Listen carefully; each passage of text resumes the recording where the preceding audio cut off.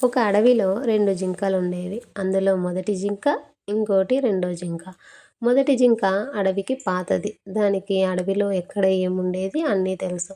రెండో జింక అడవికి కొత్తది. దానికి అడవిలో ఎక్కడ ఏముండేది తెలీదు. అందుకని మొదటి జింకను ఆశ్రయిస్తూ వెళ్తూ ఉండేది. అలా ఒకరోజు మొదటి జింక రెండో జింకను నీళ్లు తాగడానికి ఒక కొలను దగ్గరికి తీసుకెళ్తుంది. రెండో జింక కొలనులో ముసలి కనిపిస్తుంది. అది మొదటి జింకతో చెప్పగా, మొదటి జింక కొలనులో ముసలా? ఎప్పటినుంచి ఇక్కడ ముసళ్ళున్నాయి? నాకిక్కడ ఎక్కడ ముసళ్ళు ఎప్పుడూ కనిపించలేదు. నేను ఎప్పటినుంచో ఉన్నాను. నాకిక్కడ ఎప్పుడూ ముసలి తారసపడలేదు అంటుంది.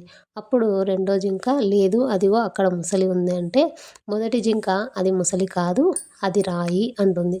అప్పుడు రెండో జింక లేదు ముసలి అంటే, నీకు కళ్ళు కనిపించవా? నేను ఎప్పటినుంచో ఇక్కడే ఉన్నాను. నాకు తెలుసు కదా అది ముసలి కాదు రాయి అంటుంది.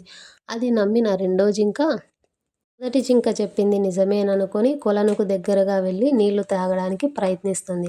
అప్పుడు ముసలి అమాంతం వచ్చి రెండో జింకను నోట కరుచుకొని నీళ్ళల్లోకి లాక్కెళ్తుంది. అది వెళ్ళిన కాసేపటికి మొదటి జింక నీళ్లు తాగి ప్రశాంతంగా అక్కడి నుంచి వెళ్ళిపోతుంది.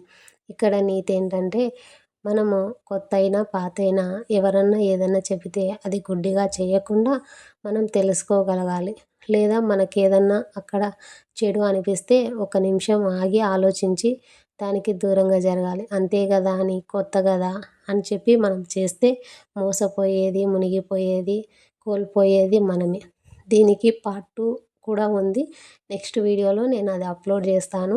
నా కథ నచ్చినా, నా రెసిపీ నచ్చినా లైక్ చేయండి, షేర్ చేయండి. Thank you. నెక్స్ట్ వీడియోలో మళ్ళీ కలుసుకుందాం. బాయ్.